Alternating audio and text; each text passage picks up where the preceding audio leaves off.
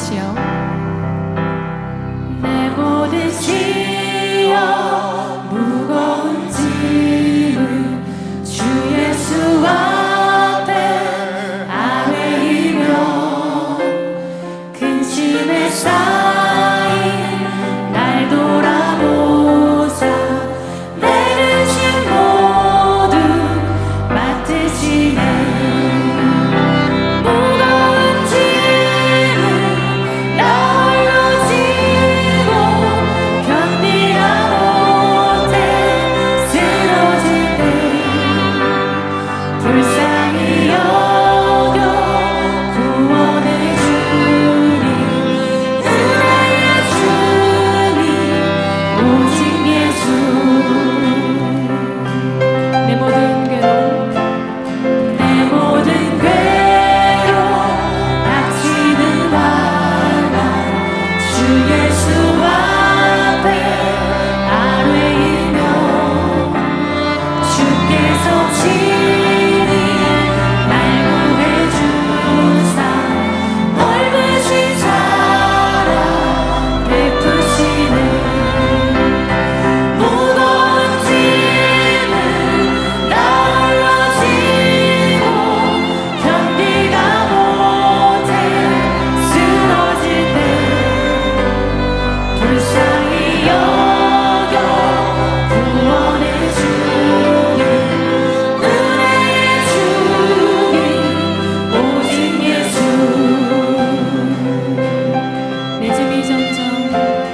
내 짐이 점점 무거워질 때 주 예수 앞에 아뢰이며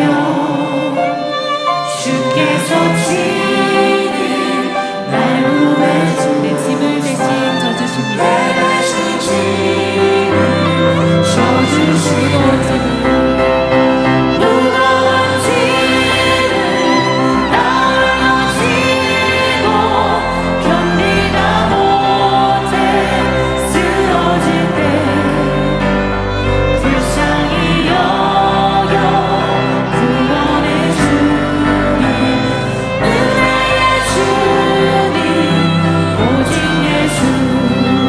4절 마음에 씌어 무거운 죄 마음에 씌어 무서운 죄를 주 예수 앞에 아뢰이며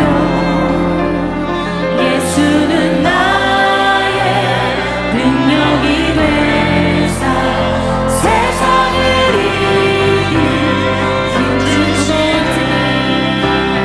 무거운 짐을 나 홀로 지고 견디다 못해 쓰러질 때 불쌍히 여겨 구원해 주리 은혜의 주님 오직 예수.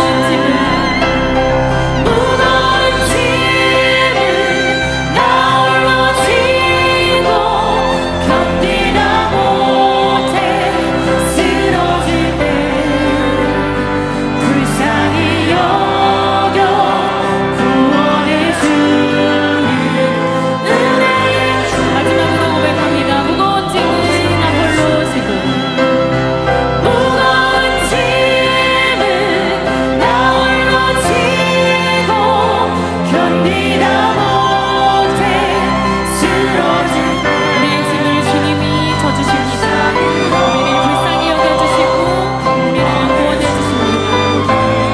은혜의 주님 오직 예수.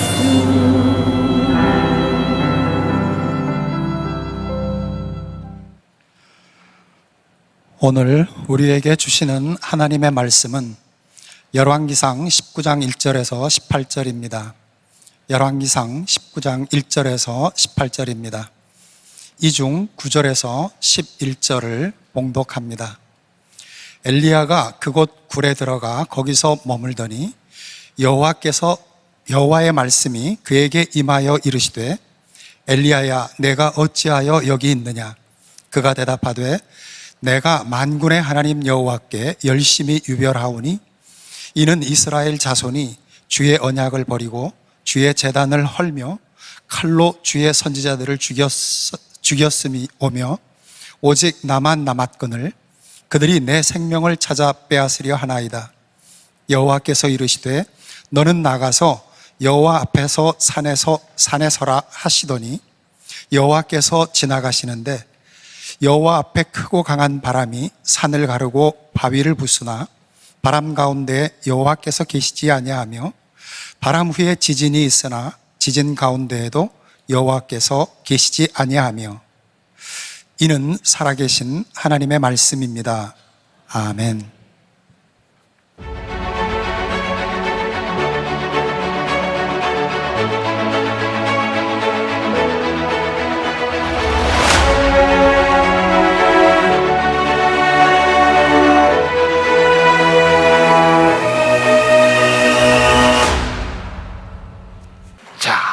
오늘 여러분들과 함께 결심에 대한 말씀, 다섯 번째, 영적 침체를 기회 삼기로, 이런 말씀을 함께 나누려고 합니다. 자, 제목이 뭐라고요? 영적 침체를 기회 삼기로. 여기에 전제되는 게 있죠. 우리들의 삶에 영적 침체가 있다. 그리고 중요한 것은 영적 침체가 올 때 그것이 우리들의 삶에 기회가 될 수 있다. 벌써 말씀은 다 끝났어요. 근데 이제 제가 설명만 하려고 합니다. 영적 침체를 극복하는 좋은 방법이 하나 있습니다. 우리들의 삶에 지금 일어나는 그 사건들, 거기에 집중하는 것이 아니라 조금 멀리 떨어져서 우리들의 삶을 바라보는 거예요. 말씀을 준비하다 보았던 예화 가운데 하나입니다. 일본 야구계에 전설과 같은 인물이 있습니다. 통산 868개의 홈런을 친 선수, 혹시 누군지 아시겠어요? 오사다 하루라고 하는 선수인데, 이 오사다 하루가, 이게 대만 출신의 선수죠. 699개의 홈런을 치고 슬럼프에 빠집니다. 한 개만 더 치면 700개가 되는데, 이 시점에서 그 초조함으로 인해서 홈런을 치지 못하고 있었어요. 아무튼 많은 야구 팬들이 그 700호 홈런 치는 걸 보고 그 공을 주우려고 야구장에 많이 오는데, 오사다 하루는 그 기대에 부응을 하지 못하죠. 밤잠을 이루지 못하고 그렇게 시간을 지나고 있을 때에 일본의 유명한 무술을 가르치는 기계 달인이 있었는데, 도헤이 코이치라는 사람이 오사다 하루에게 조언을 합니다. 앞으로 한 개를 더 치면 700개 홈런을 친다라고 생각하지 말고 101개를 치면 800개가 된다고 생각하십시오. 이 말을 듣고 오사다 하루는 그때부터 홈런을 치기 시작하고 유명한 미국의 베이비 루스의 기록을 뛰어넘게 됩니다. 저는 굉장히 좋은 인사이트를 얻었어요. 우리들의 삶에 늘 앞에 이 조바심을 놓고 보면 우리들의 인생이 참 힘듭니다. 그런데 눈앞에 보이는 것이 아니라 조금 우리들의 인생을 멀리 볼 수 있다면 우리의 인생이 좀 달라질 수 있겠다. 제가 이번 시리즈에서 게리 토마스의 일상영석이라는 책을 계속해서 인용을 하고 있죠. 그 책에 보면 우리들의 삶의 좌절, 절망, 그리고 영적 침체의 원인을 뭐라고 이야기하냐면 교만이라고 이야기합니다. 영적 침체의 원인이 뭐라고요? 교만이라고요. 교만은 뭔지 아세요? 교만은 모든 것을 자기중심적으로 보는 겁니다. 세상의 중심에 자기가 있는 게 교만이에요. 교만이 왜 영적 침체의 원인이 되냐면, 여러분들 모든 일상의 중심을 내 속에 두는데 내 맘대로 되나요? 안 돼요. 나 중심으로 교만을 가지고 이 세상을 보면 틀림없이 영적 침체에 빠지게 되어 있습니다. 왜? 내 맘대로 되지 않으니까. 근데 겸손한 사람은 참 영적 침체에 잘 빠지지 않습니다. 왜? 자기중심적이 아니라 하나님 중심적으로 삶을 바라보기 때문이죠. 이 게리 토마스의 이 책에 나오는 한 문장을 제가 읽어드립니다. 겸손이란 자기를 못났다고 생각하는 것이 아니라 자기 생각을 덜하는 것이다. 자신의 부족함에 집중하는 것은 관심의 중심이 여전히 자신이라는 뜻이다. 자, 요거 한번 잘 기억해 보세요. 이해가 좀 다 되셨어요? 제가 보기엔 잘 안 된 것 같은데, 자, 다시 한번 봅니다. 겸손이란 자기를 못났다고 생각하는 게 아니라 자기 생각을 덜 하는 것이다. 그러니까 여러분들, 내가 못났어 라고 생각하는 것도 겸손이 아니라는 거예요. 자신의 부족함에 집중하는 것은 관심의 중심이 여전히 자신이라는 뜻이다. 저는 이렇게 한번 덧붙여 봤어요. 아, 요게 겸손을 가장한 교만이구나. 나는 이 정도밖에 안 돼. 나는 이 정도밖에 안 돼. 스스로 자기를 자꾸 이렇게 생각하는 것은 사실은 겸손인 것 같지만 교만인 거예요. 나 스스로 나에게 내 자신을 그렇게 생각하는 것, 그것도 교만의 일종이다. 오늘 본문에 나오는 이 엘리야에 대한 이야기, 자, 오늘 말씀에 나오는 열왕기상 19장 말씀인데 18장은 유명한 그 전투, 영적 전투의 이야기가 나오고 19장은 엘리야의 영적 침체에 대한 이야기가 나와요. 이 정도는 아시는 거죠? 이게 이제 또 궁금한 분들은 집에 가서 열왕기상 18장과 19장을 좀 보시면 돼요. 오늘 본문에 나오는 엘리야에게 찾아온 낙담, 그의 침체. 근데 가만히 생각해 보니까 엘리야에게 왜 저런 영적 침체가 왔을까 생각해 보니까 엘리야가 자기 스스로 자기 집착, 자기 생각에 이렇게 함몰되어 있다는 생각이 들어요. 이방 선지자들과의 전쟁에서 엘리야는 굉장히 놀라운 승리를 거두었어요. 하나님이 행하신 놀라운 기사와 이적을 보았어요. 그런데 엘리야는 하나님께서 행하신 기사와 이적에만 집중하고 있는 것이 아니라 자기가 비참해 보이는 거예요. 자, 제가 이제 설명할 거예요.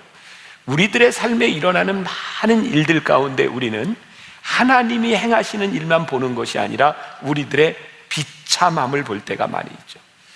엘리야에게 찾아온 이 영적 침체, 깊이 그의 내면을 바라보면 하나님께서 행하신 일에 집중하고 있는 것이 아니라 아직도 그에게 채워지지 않은 인정 욕구 같은 게 있는 거예요.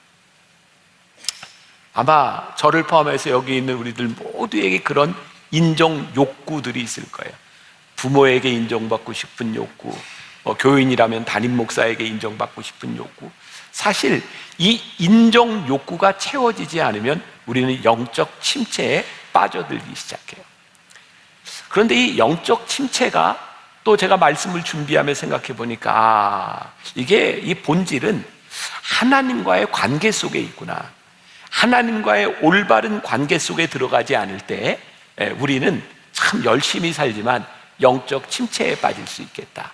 오늘 이 이야기를 여러분들의 삶에 잘 적용해 보세요. 그 한겨레 신문에 그 조현 기자라고 종교부 기자가 있습니다. 이 사람이 신앙의 오염물, 영적 교만이라는 글을 썼는데요. 굉장히 의미가 있어요. 20년을 한결같이 새벽 기도와 한 주 한 끼 음식을 이어가는 권사님이 있었대요. 이러한 권사님의 모습은 모든 성도들에게 귀감이 되었는데 이 권사님 마음속으로도 스스로 은근한 자부심을 가지고 있었대요. 잘 들으세요. 어느 날 새벽 몸이 몹시 피곤해서 도무지 일어날 수 없었는데 일어나지 못하는 권사님을 흔들어 깨우는 형체가 하나 있었대요. 권사님이 깜짝 놀라서 일어나서 자기를 깨우고 떠나려는 그 사람을 붙잡고 물었답니다. 새벽마다 나를 깨우는 당신은 누구십니까? 그때 그 형체가 이 권사님을 딱 바라보고 웃는데, 씩 웃는데 마귀예요. 깜짝 놀랐어요. 20년 동안 나를 새벽마다 깨운 이 존재가 사탄이었던 거예요. 왜 당신이 나를 새벽마다 새벽 기도에 빠지지 말라고 깨우는가 물었지만 사탄은 아무 얘기도 하지 않고 사라져버렸어요. 그리고 그날 새벽 예배에 갔을 때 이 권사님은 그 존재의 이유를 깨닫게 되었어요. 새벽 예배에서 권사님은 이렇게 생각하고 있었어요. 아니, 나는 새벽에 나오는데 새벽에 나오지도 않는 장로님, 나는 일주일에 한 번씩 금식하는데 금식도 안 하고 목회하는 목사님, 목회가 되겠어? 언제부터인가 20년 동안 한 번도 새벽 예배를 빠지지 않고 나왔던 이 권사님의 마음 가운데 교만이 자리 잡고 있었는데, 그 교만이 이분을 영적 침체로 인도하고 있었어요. 나는 이 정도면 괜찮아 라고 생각하는 교만이 자기의 만족을 주는 것이 아니라 그 교만이 영적 침체로 인도하고 있다는 사실이에요. 무서운 이야기더라고요.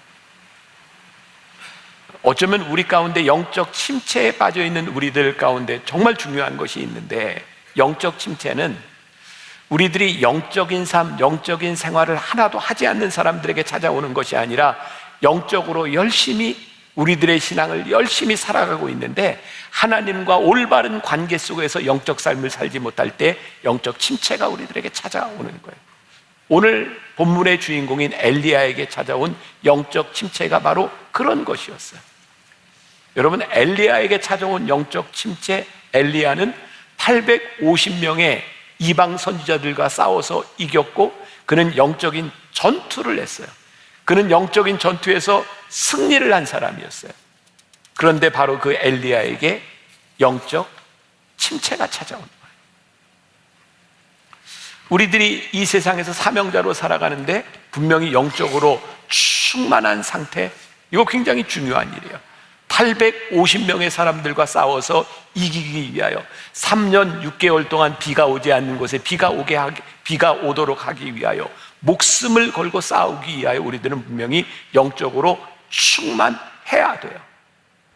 그런데 오늘 이 영적으로 충만하여 승리했던 엘리야에게 찾아온 이 영적 침체의 정체는 무엇인가? 우리가 잘 아는 이야기죠. 이 전투에서 승리한 이후에 엘리야가 저기 도망가서 로뎀나무 아래 누워서 하나님께 죽기를 구해. 하나님, 됐습니다. 저 이제 그만 살아도 좋습니다. 자, 그런 말씀이죠. 여호와여, 넉넉하오니 지금 내 생명을 거두시옵소서. 나는 내 조상들보다 낫지 못하니이다. 이런 영적 침체는 우리들에게 참 많이 찾아와요. 하나님, 저 됐어요. 저 할 만큼 한 것 같아요. 근데 우리들에게 찾아오는 이 영적 침체가 우리들의 삶의 영적인 삶에서 다 패배했기 때문에, 우리들이 패배자이기 때문에만 찾아오는 것이 아니라 우리들이 충분히 승리한 경험과 우리들의 삶의 영적인 간증이 있음에도 불구하고 이런 영적 침체가 우리들에게 찾아오는 거예요. 혹시 오늘 예배를 드리는, 말씀을 듣는 여러분들 가운데 이 영적 침체의 시기를 지나가는 분이 있는지 모르겠어요. 또 우리들이 구별해야 될 것이 있죠. 이게 우리들의 신체적인 어떤 기능적인 우울증에 대한 문제일 수도 있고, 그게 영적인 침체에 관한 문제일 수도 있어요. 제가 가끔 여러분들에게 묻죠. 우울증 참 무섭다고. 그죠? 우울증들 알아보신 분들이 있죠? 네, 우울증 증세가 뭐라고요? 우울한 거라고요. 근데 문제는 이유 없이 우울한 거예요. 그거는 병인 거예요. 그런데 우리들이 영적 침체가 왔을 때 왜 영적 침체가 왔는지 우리들이 알아야 이 영적 침체를 우리들이 극복할 수 있는 거죠.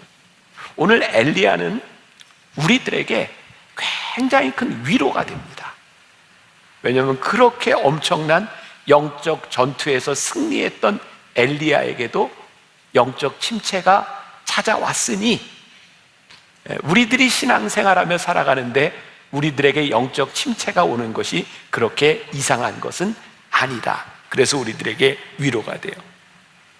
하나님은 우리를 영적 침체에 빠지도록 인도하시는 분은 아니에요. 잘 구별하세요. 하나님은 우리를 영적 침체로 인도하시는 분은 아니에요. 그러나 언제든지 우리가 영적 침체에 빠질 수 있는 약한 존재로 만드셨어요.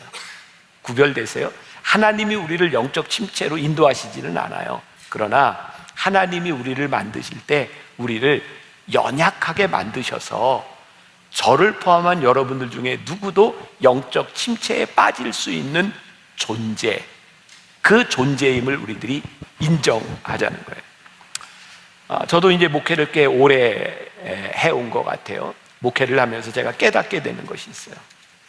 하나님의 은혜를 잘 모르고 살아가는 그 교인들을 바라보면 문제는 은혜의 부재, 은혜가 없는 게 아니에요.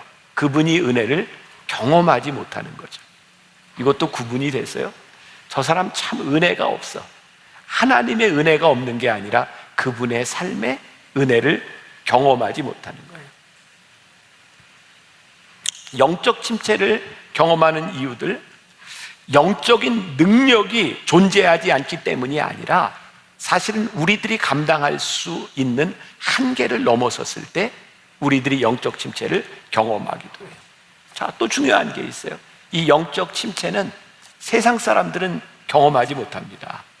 이거는 하나님을 믿는 사람들에게, 영적인 일을 하는 사람들에게 경험되는 일이에요. 그러니까 세상 사람들은 영적 침체 이런 거 없어요. 그런데 우리들이 하나님의 사람으로 살아가는데 영적 침체가 와요. 목회자로서 열심히 사역을 하다가 영적 침체를 경험하는 이유는 내가 감당할 수 없는 과도한 일들, 그런 일들이 영적 침체로, 또 혹은 하나님과의 긴밀한 영적인 끈이 끊어졌을 때 우리들에게 찾아오는 거예요. 오늘 적어도 이 토요 예배 드리는 여러분들에게는 영적 침체를 경험할 수 있는 기회가 자주 올 것 같아요. 왜? 교회에서 봉사도 안 하고 교회에서 영적인 일에 관심이 없는 사람은 영적 침체가 뭔지를 몰라요. 그냥 다녀요. 그런데 내가 적어도 하나님을 믿으면서 나는 영적인 일에 헌신해야 돼 라고 생각하는 사람들에게 이 영적 침체가 예기치 않은 손님처럼 우리들에게 찾아와요. 그러니 저는 오늘 여기에 예배드리는 여러분들 가운데 영적 침체의 시기를 걷고 있는 분도 있겠다라는 생각이 들어요. 근데 중요한 것은 이 엘리야를 통해서 우리들에게 가르쳐 주시는 것은 우리들의 삶에 예기치 않은 영적 침체의 순간을 맞이했을 때에 하나님께서 그 순간에 우리와 새로운 관계를 맺기를 원하신다는 거예요. 사실 오늘 이 말씀은 제가 오늘 새벽에 설교하려고 했던 내용이고요. 제가 오늘 새벽에 그 얘기했죠. 우리 예배팀 목사님들이 갑자기 목사님 이거 설교하지 말고 우리 간증을 좀 나누자 그래서 오늘 사실 새벽에 제가 하려고 했던 이 말씀의 포인트가 하나님께서 우리들의 삶의 영적 침체를 통하여 새로운 관계를 맺기를 원하실 때 그 관계는 우리들의 삶의 새로운 간증의 이야기, 또 스토리가 시작되는 바로 그 시점이다. 엘리야에게요, 그의 삶의 영적 침체를 통하여 놀라운 이야기가 하나 만들어지죠. 하나님을 새롭게 만나는, 그의 사명을 새롭게 다지는 놀라운 순간들을 맞이하게 돼요. 자, 중요한 것, 우리들이 영적 침체에 빠지는 원인을 우리들이 분명히 알아야 된다. 뭘 알아야 된다고요? 영적 침체에 빠지는 원인을 알아야 된다. 영적 침체는 어디에서부터 오는가? 자, 오늘 엘리야의 이야기를 보겠습니다. 엘리야가 850명의 그 이방 선지자들과의 전투에서 승리하고 난 후에 엘리야는 디프레스 됐어요. 그리고 로데메모 아래서 이렇게 얘기하죠. 하나님, 저 이제 충분해요. 이제 넉넉해요. 더 이상 제가 할 수 있는 게 없을 것 같아요. 제가 그냥 이렇게 살아가는 건 내 인생의 허송세월을 하는 것 같아요. 하나님, 제가 노력해봤지만 헛수고인 것 같아요. 이제 됐어요. 제 생명을 거두어 가세요. 근데 여기서 참 흥미롭잖아요. 엘리야가 놀라운 승리를 거뒀거든요. 동의하시죠? 동의하시죠? 네. 그런데 왜 엘리야는 그가 헛수고를 했다고 생각했을까요? 굉장히 중요한 포인트입니다. 엘리야는 분명히 영적으로 승리했는데 그는 왜 패배자라고 생각했을까? 그가 패배자라고 느낀 이 순간은 객관적 사실이 아니라 주관적 사실이에요. 객관적으로 누가 봐도 승리했는데 그 스스로가 주관적으로 느끼기를 나는 실패했어 라고 느끼는 거예요. 이유를 생각해 보니까 엘리야의 마음속에는, 엘리야의 머릿속에는 이번 승리 850명과의 전투에서 내가 승리를 하면 어떤 일이 일어나리라? 아하방도 이세벨도 하나님 앞에 돌아오리라. 근데 결과가 어땠어요? 이세벨이 전투에서 엘리야가 이겼다는 이야기를 듣고 자기를 죽인다고 생각하는 거죠. 하나님은 이번 전투를 통해서 하나님의 살아계심을 선포하고 영적인 승리를 선포하고 가뭄을 해결하시는 하나님의 역사를 이루어 주셨어요. 근데 중요한 건 엘리야가 원하는 게 이루어지지 않았어요. 굉장히 흥미롭지 않아요? 우리를 영적 침체로 이끌어가는 것은 하나님께서 행하신 일이 아니라 우리들이 원하는 일이 이루어지지 않을 때 우리는 영적 침체로 빠져들 때가 많습니다. 지금 영적 침체를 경험하는 우리들에게 굉장히 중요한 원인이 되는 게 뭐라고요? 내가 원하는 게 안 되는 거야. 내가 원하는 데까지 안 간 거야. 하나님은 분명히 일하시는데 내가 원하는 일들이 이루어지지 않는 거야. 언젠가 저에게 저희 교회 장로님 한 분이 전화를 하셨어요. 장로님이 교회에서 사역을 열심히 하시는데 어떤 분이 상당히 부정적인 이야기를 한 것 같아요. 이 장로님이 하는 일에 대해서 장로님의 행동에 대하여 굉장히 부정적인 이야기를 냈고 장로님은 목사님 제가 이거 내려놔야 될 것 같습니다 라고 저에게 전화를 하셨어요. 제가 장로님에게 이렇게 물었습니다.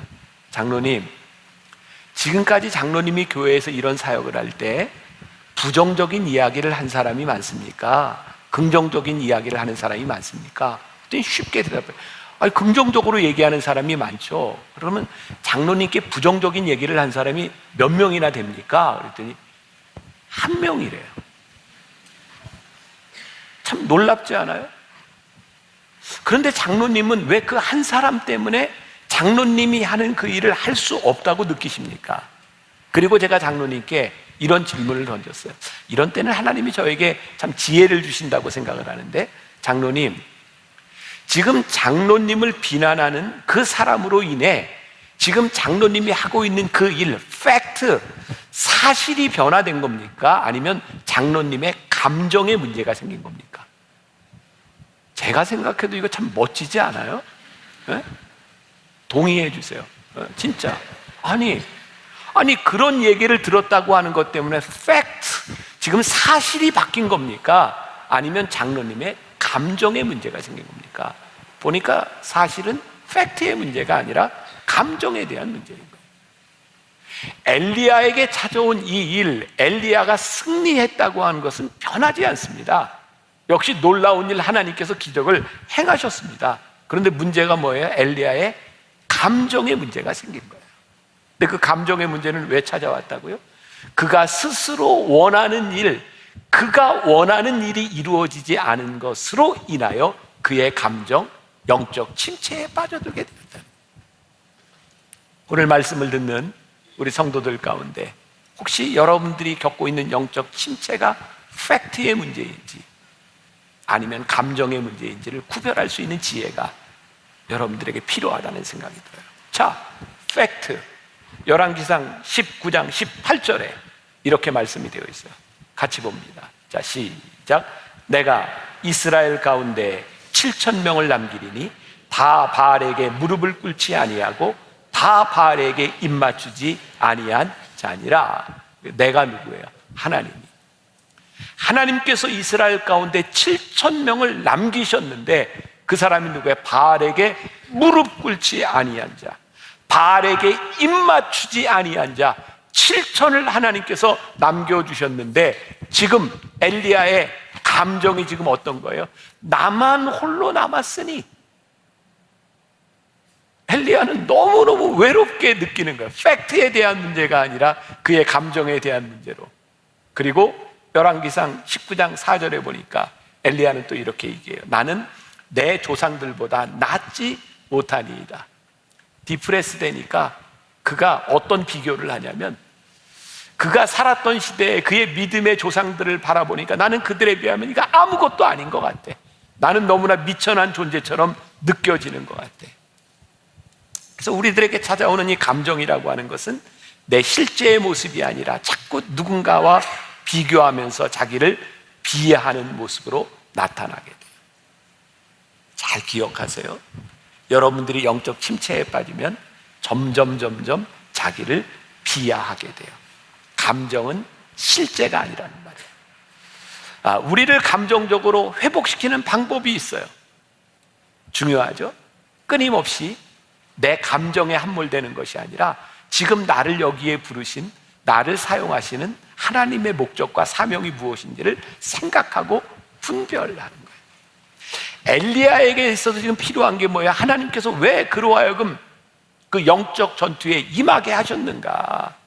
하나님은 엘리야에게 이세벨을 바꾸라고 전투에 임하도록 하신 것이 아니라 850명과 싸우라고 보내신 거예요.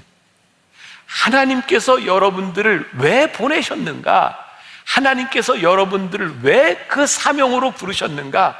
그 사명에 집중하고 그것을 분별할 수 있어야.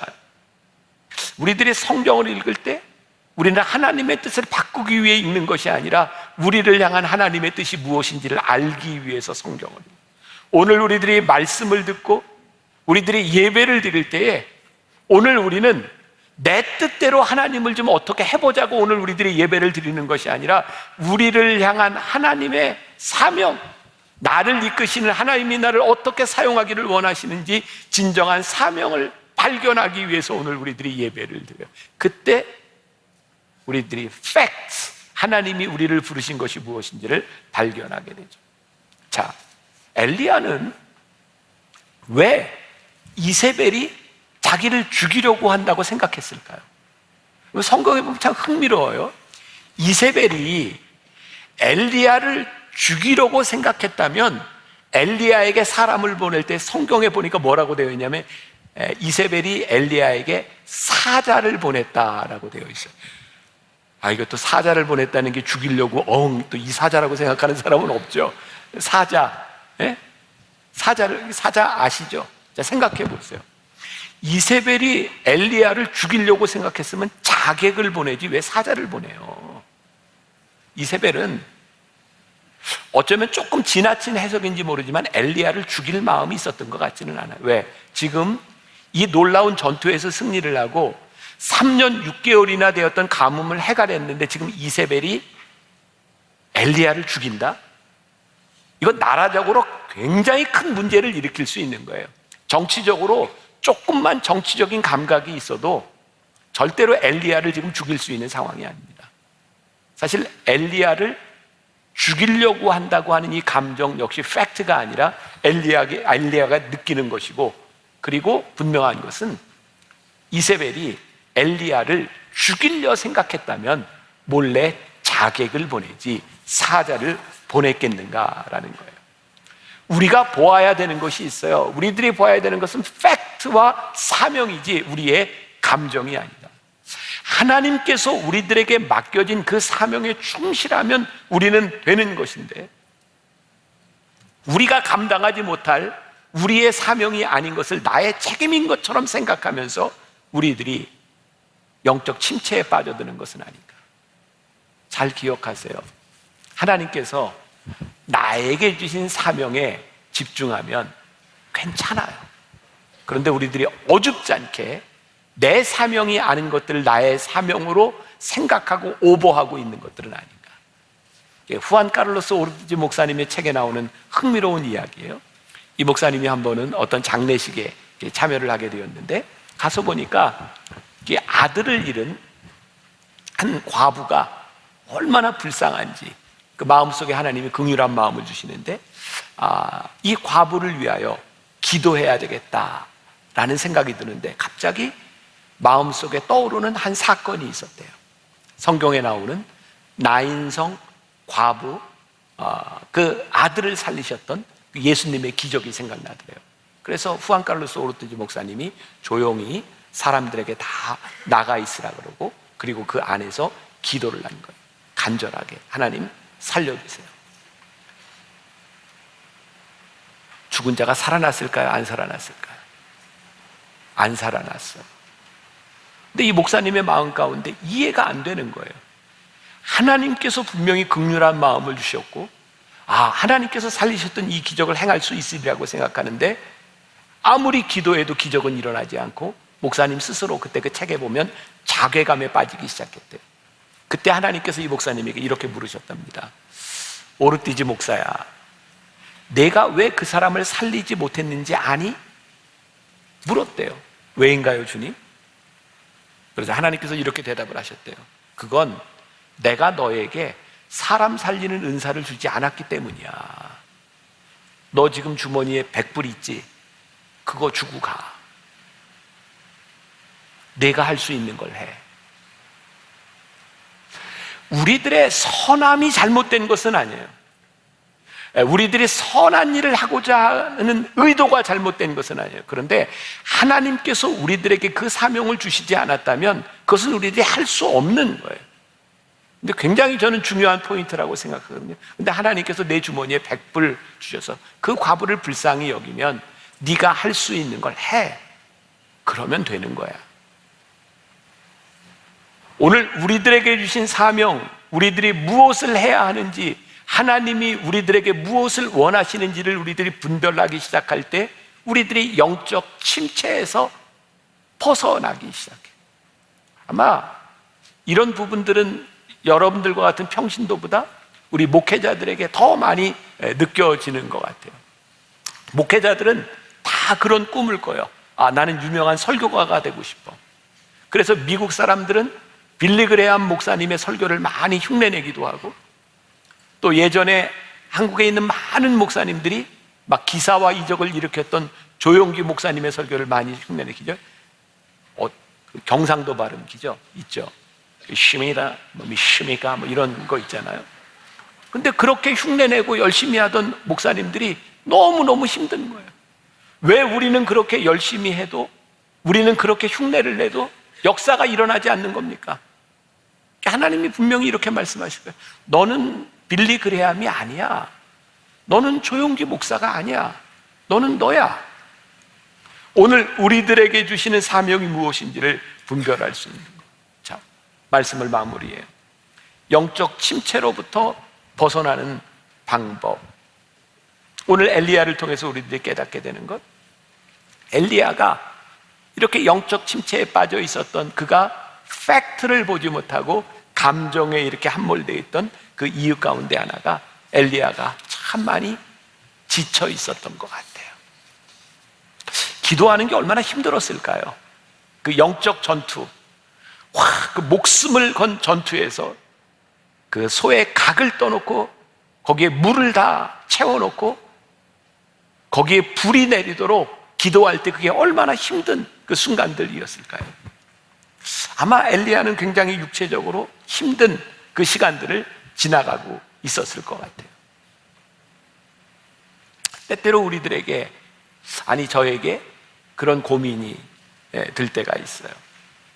하나님, 이 순간에 제가 죽으면 죽으리라 목숨을 걸고 이 사명을 감당해야 되는 그 순간입니까? 아니면 하나님, 저에게 쉼이 필요한 순간입니까?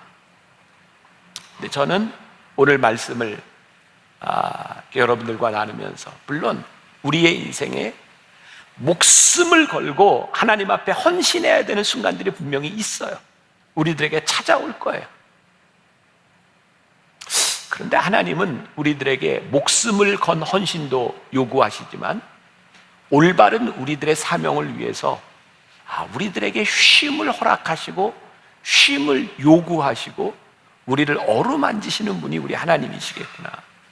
엘리야가 죽기를 구하고 로뎀나무 아래 저 광야로 도망갔을 때 하나님께서 채찍을 빼서 이놈의 새끼, 지금 네가 여기 있을 때야, 다시 나가, 이놈의 새끼. 하나님이 엘리야를 그렇게 몰아내지 않으셨다. 엘리야를 어루만지시면서, 우리가 여기서 다 표현할 수, 성경에 그렇게 나와 있지 않지만 엘리야에게 그렇게 말씀하셨던 거. 엘리야야, 너 지금까지 참 훌륭하게 잘했어.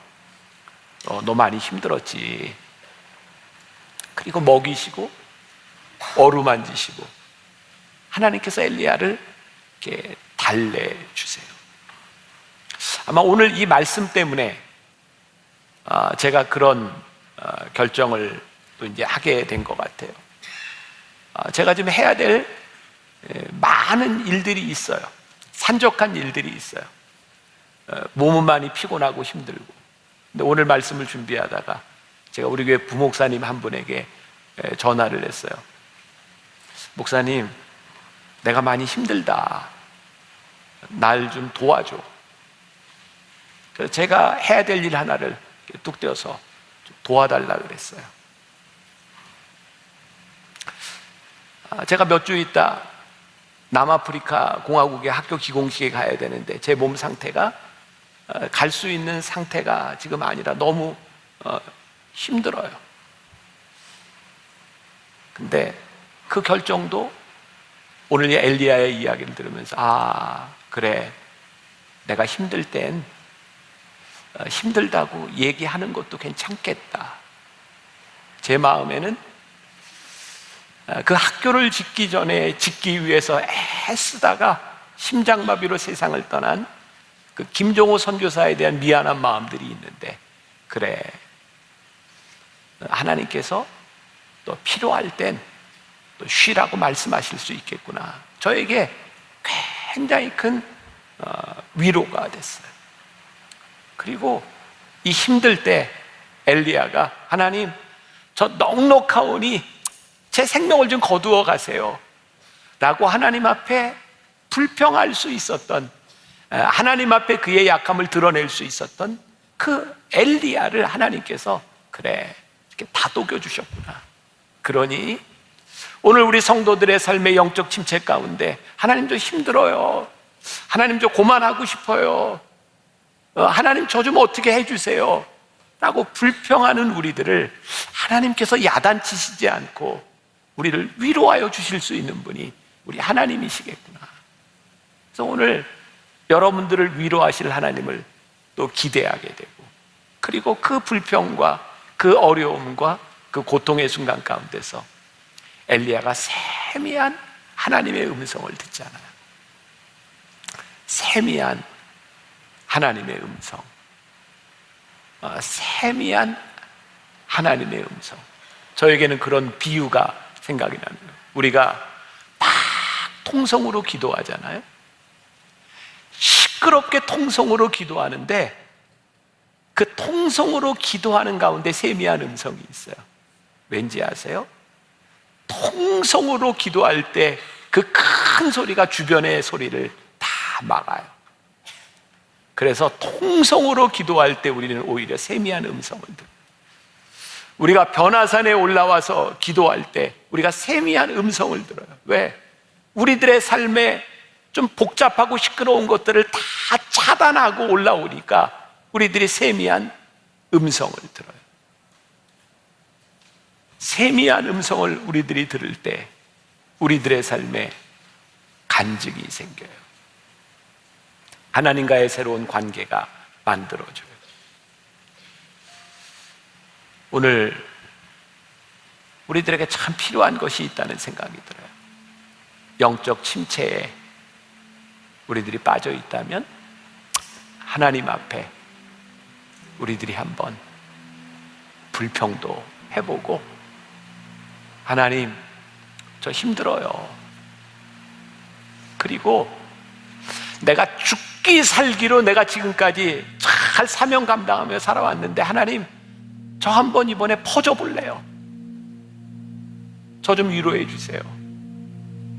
그때 하나님께서 여러분들을 이렇게 위로하시고 다듬으시고 또 새로운 세미한 음성 가운데 새로운 삶의 자리로, 새로운 관계의 자리로 여러분들을 새롭게 만드시리라. 오늘 우리들이 이런 결심을 한번 해봅니다. 영적 침체를 기회 삼기로 결심한다. 오늘 여러분들 가운데 이 새로운 기회가 만들어질 수 있기를 주님의 이름으로 간절히 축원합니다. 제가 함께 부르고 싶은 찬양이 있었어요. 주님 손에 맡겨드리리 나의 삶 주님께, 주님 손이 나의 삶 붙드네 나 주의 것 영원히. 내가 믿는 분 예수, 내가 속한 분 예수, 삶의 이유 대신에, 내 노래 대신에 전심으로 우리 함께 찬양합시다.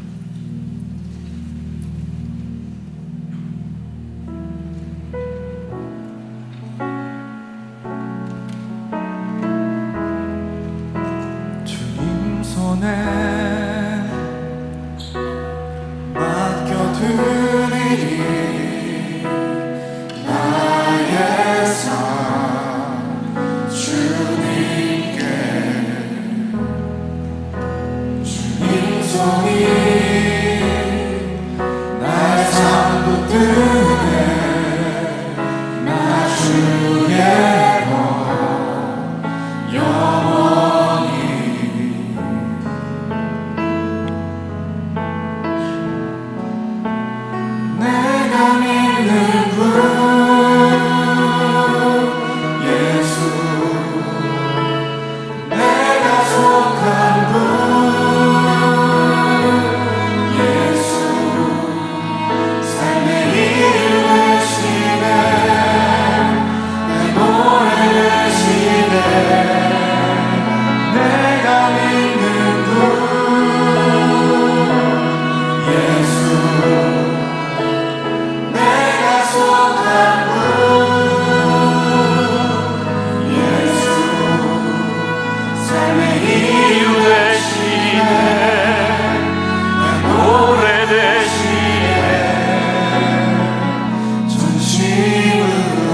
주님 손에 맡겨드리리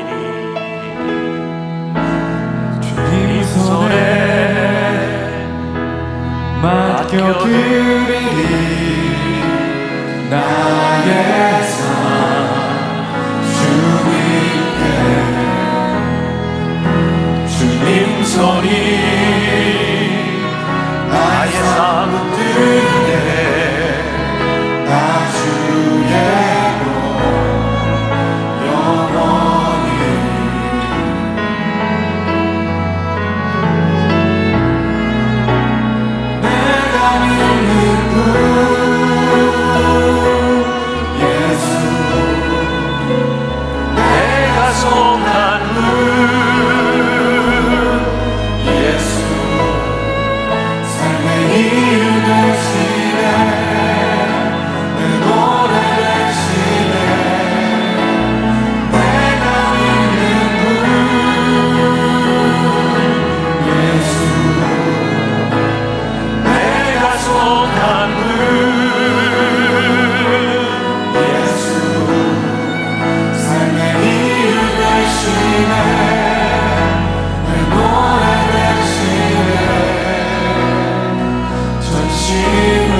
주와 함께 걸어가리라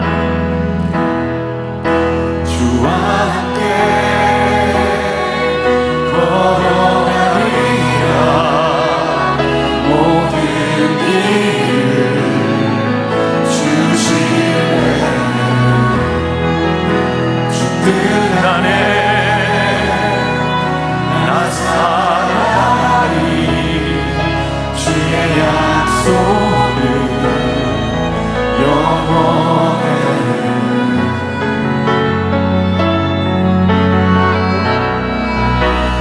내가 믿는 분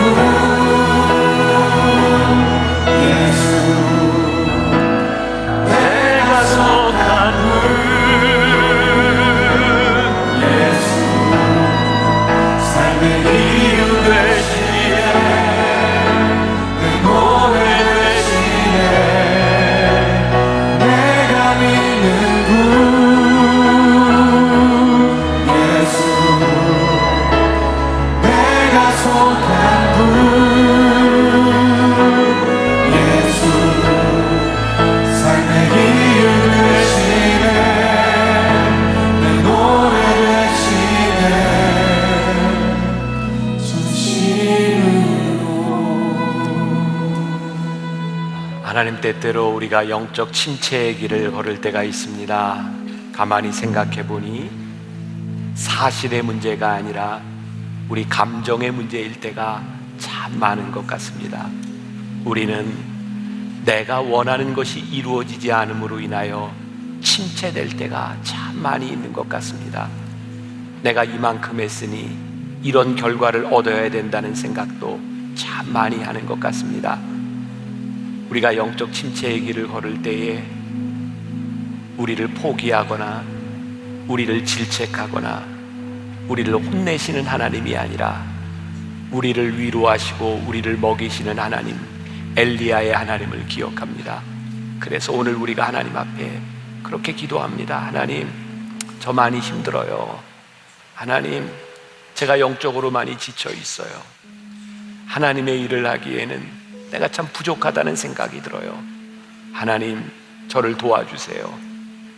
우리를 어루만지시는 하나님의 손길이, 엘리야에게 임했던 그 하나님의 손길이 우리 사랑하는 성도들에게도 임하기를 간절히 소원합니다. 우리를 회복시키시는 하나님의 은혜가 우리 가운데 임하게 하여 주옵소서. 지금은 우리 주 예수 그리스도의 은혜와 하나님 아버지의 무한하신 사랑과 성령의 인도하심이 영적 침체를 새로운 간증의 기회로 삼기를 원하며 나가는 당신의 사랑하는 모든 백성들 위해 지금부터 영원까지 함께 하시기를 간절히 축원하옵나이다. 아멘. 지금은 선교 헌금 시간입니다. 이 예배를 통해 삶 가운데 은혜와 회복이 충만하시길 간절히 기도합니다.